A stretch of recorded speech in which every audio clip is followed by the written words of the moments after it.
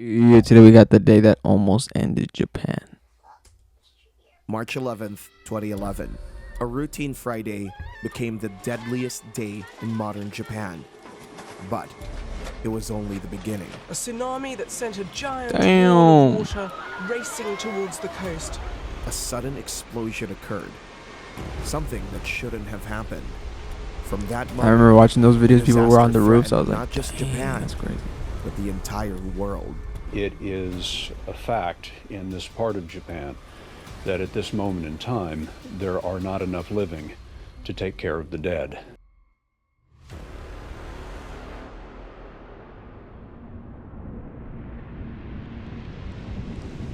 The first warning signs appeared on March 9th, 2011, 2 days before the disaster.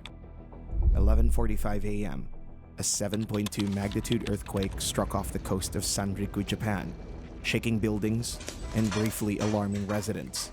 It was powerful, but not unusual for a country accustomed to tremors.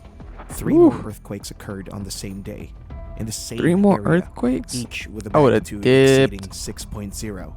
But life quickly returned to normal, and still, no one knew this was the Earth's first whisper. What? How did before the nobody war. know? 11th of March 2011, 2:45 p.m. Japan's earthquake early warning system detected the initial P waves through over 1,000 seismometers spread across the country and immediately issued an emergency earthquake warning. As a result, high-speed trains came to a halt, factories shut down their machinery, and children in schools were instructed to take cover. Only when the ground Roki Sasaki's parents died in that earthquake. began to tremble did they realize something R.I.P. was wrong. But by then, it was already too late. Cranes up there. They're shaking like crazy. This is massive. Wow. 2:46 p.m. A 9.1 magnitude underwater megathrust earthquake occurred in the northwestern Dude, that's Pacific crazy. Ocean, 9.1? relatively That's, shallow depth dude, of that's 18 miles. doesn't The even sound epicenter was real. around 45 miles east of It's the like- Oshika Peninsula of Oof. Tohoku, Japan, and the tremors were felt throughout the country and even beyond. The terrifying Dang. moment when it all began. Look at that. Shit. A super earthquake Better and run. nowhere to hide. The most terrifying part was that this was only the beginning. Since Kurihara City, Miyagi Prefecture, was closest to the epicenter, it experienced the strongest shaking, a 7 Whew. intensity on the JMA scale. Oh my However, god.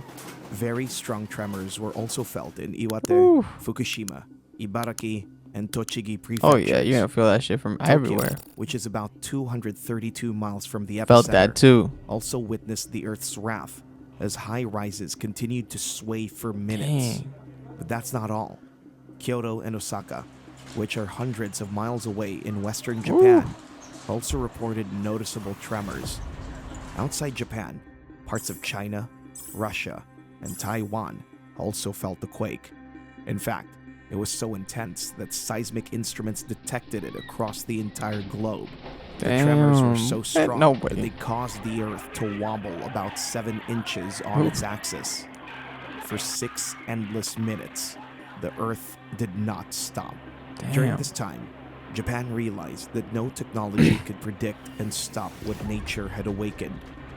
Dude, that is crazy. God. That doesn't even look real. Oh my god. Oh my god. Oh my god. This is weird. I've never experienced a ground shaking like this. Mother and child were at home when the ground shook violently. Everything around her began to shake violently, and she immediately realized that it was a major earthquake. She quickly grabbed her son and ran outside, Oh yeah. hoping that the shaking would stop soon.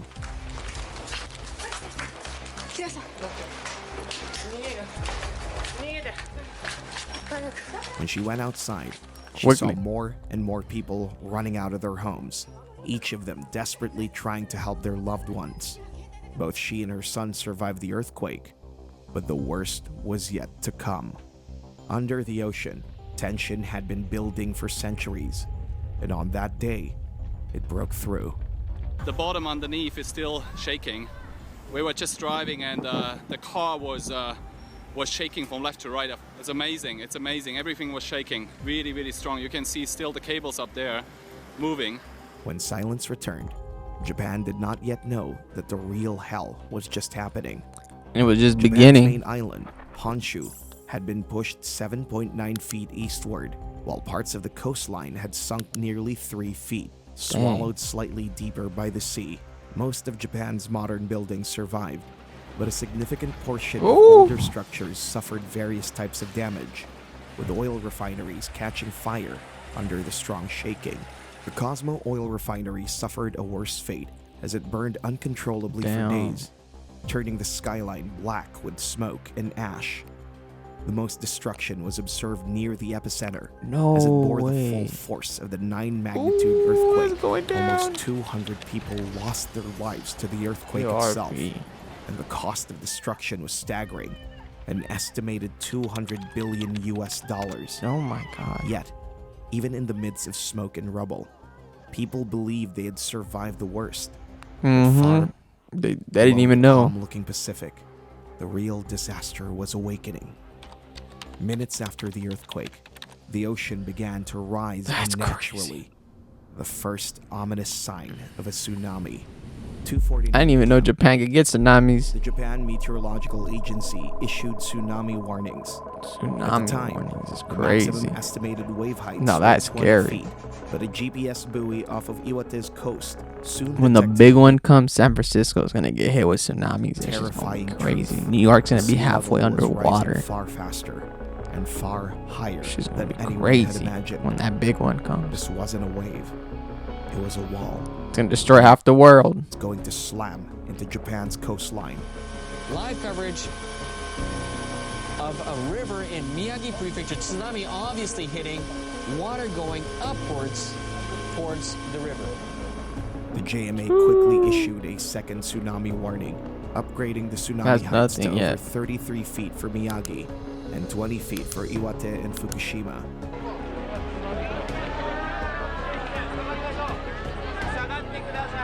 Wow. 3:21 p.m. A 26-foot high wave slammed into Miyako in Iwate Prefecture, the closest city to the earthquake's epicenter. Miyako's position along the Sanriku coast, with its deep V-shaped bays, funneled and amplified the tsunami's power, causing it to hit earlier and far more violently than anywhere else. But Miyako. here's the remarkable part. The Sanriku district had already faced the tsunami's destructive forces before in 1933 and 1960. And learning from those bitter experiences, protective seawalls were built around the coastal area to protect it from future disasters. It seemed like everything should have been safe, right?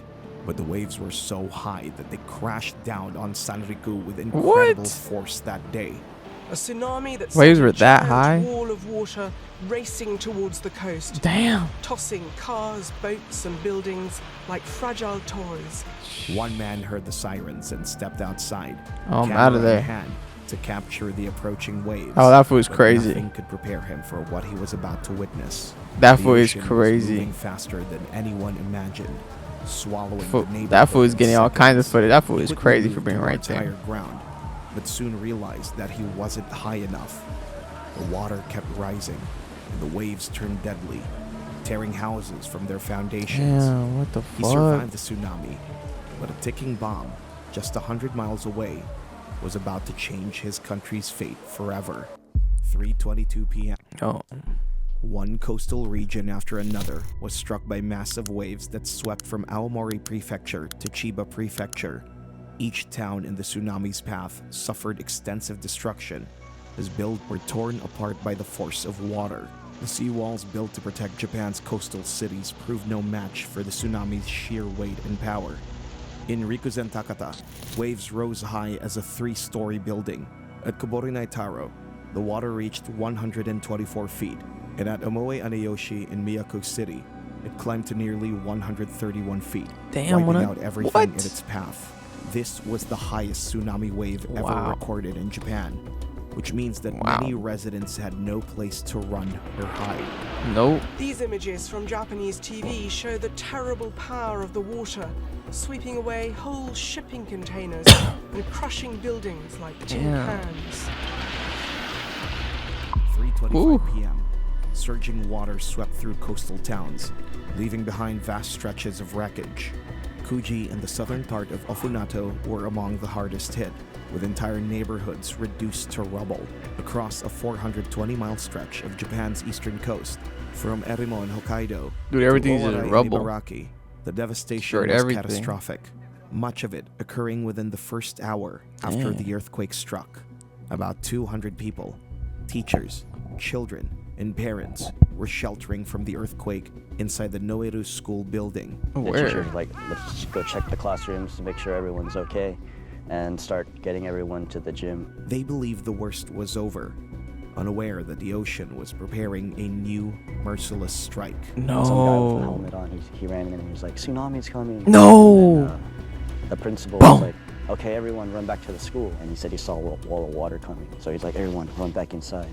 The tsunami Damn. tore through the school like a raging beast, Alright. smashing walls and sweeping No. away everything They and died. everyone in its path.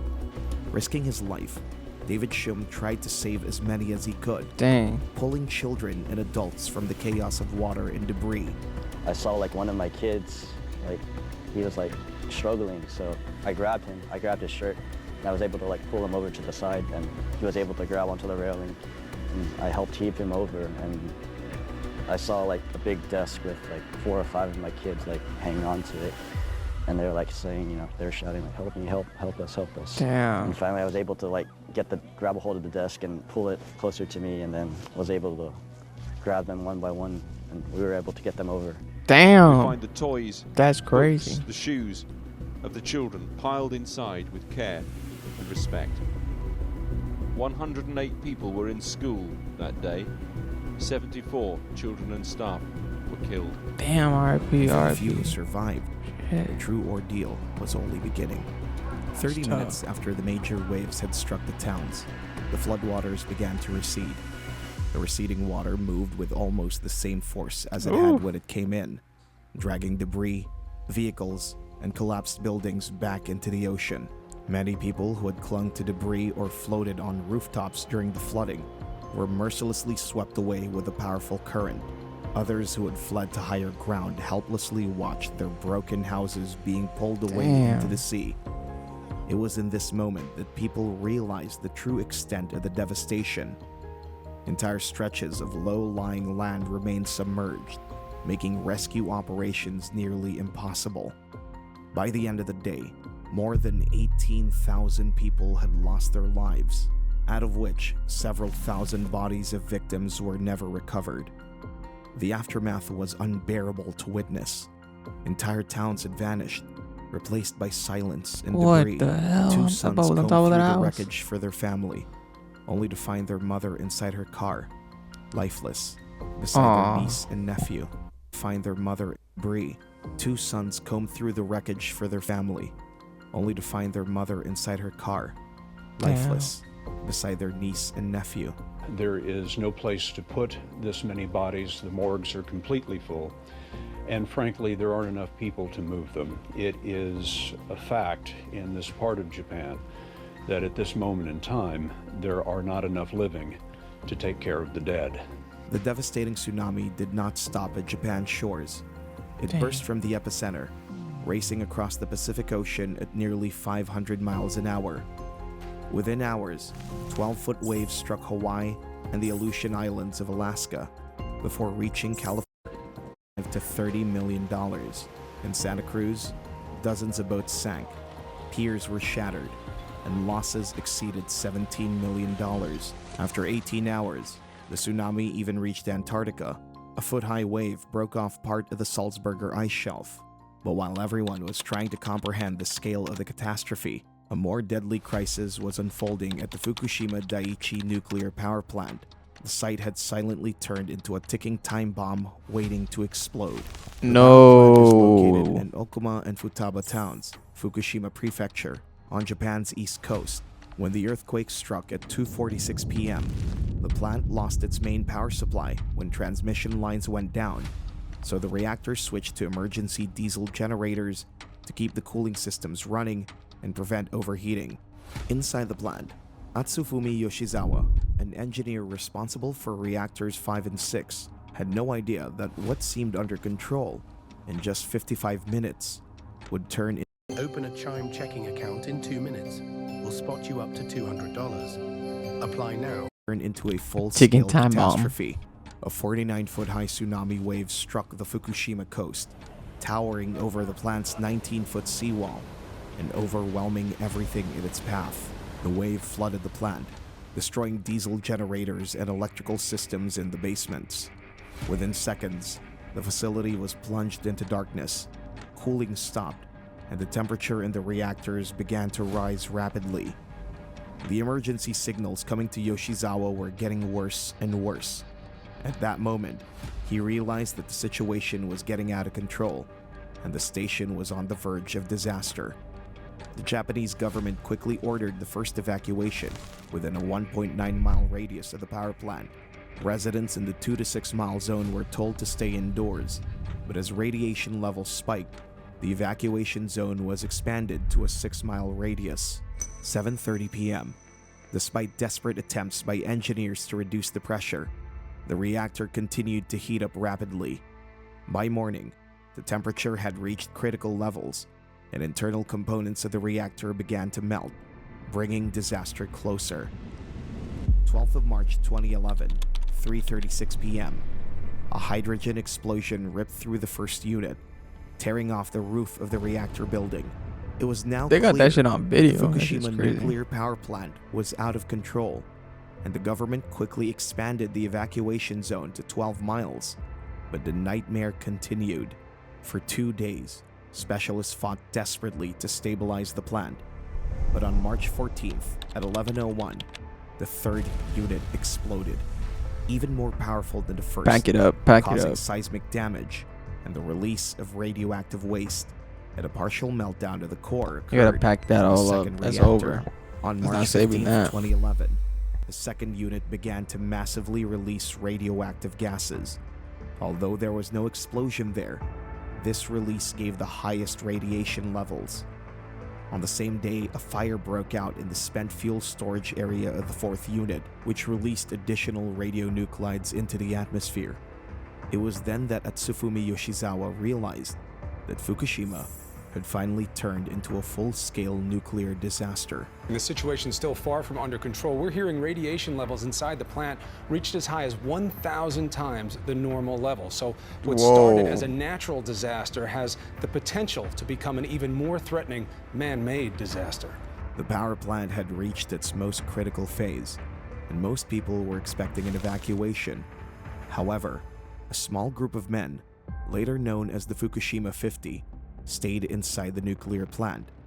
These men, mostly TEPCO employees, engineers, technicians, and operators, had a terrifyingly clear mission: stabilize the reactors, prevent a full meltdown, and contain the radiation at any cost. The Fukushima 50 were not soldiers or heroes by choice. They were ordinary workers who refused to leave when their country needed them most. It's frightening. I don't know much about radiation, but I believe that being exposed to large amounts of it meant certain death, so fear is only natural. But counteracting that fear was a sense of duty that all of us felt. Yoshizawa and his colleagues remained at the plant for an entire month, working under deadly conditions to bring the station under control and restore hope for a safer future. In truth, without the Fukushima 50, the nuclear disaster could have been far worse, and the world might look very different today. Neo Kimura lived with his wife and 2 daughters next door to his parents. When the tsunami struck, the wave swept away his father, his wife, and his youngest daughter, 7-year-old Yuna. All that remained was the empty foundation where their home once stood. This is a shoe she was wearing that day, which was found in a heap of rubble 6 months after the disaster. Unfortunately, there was no time to mourn his family, as NEO had to vacate the area due to the looming threat from the Fukushima power plant. More than a decade later, the remains of all 111 people who died in Okuma that day have been found, all except for Yuna. By March 20th, power to the plant had been partially restored, but it took several more weeks before the cooling systems were fully operational. The explosions left behind more than just ruins. Radioactive particles spread across Japan, reaching even the United States and Europe. TEPCO later admitted that over 10,000 tons of contaminated water had leaked into the ocean. The fallout rendered vast areas around the plant uninhabitable. Even after years of cleanup, more than 100,000 people remained displaced. The Fukushima disaster became the costliest nuclear accident in history, with expenses exceeding $180 billion. Whoa. The 2011 Tohoku earthquake was not only the most powerful ever recorded in Japan, its effects were felt around the world, and debris from Japanese towns still wash up on the North American coast. A haunting reminder of that day. More than 120,000 buildings were reduced to rubble. Nearly 20,000 lives were lost, and thousands remain missing. The total damage reached $235 billion, making it the most expensive natural disaster in human history. Japan has risen to its feet once more, but March 11th, 2011 left a scar not only on its land, but on the world's collective memory. A reminder of a power that shows no mercy. RIP to all the lives lost. Like, subscribe, Adrian Wilmel. Bye, have a great time.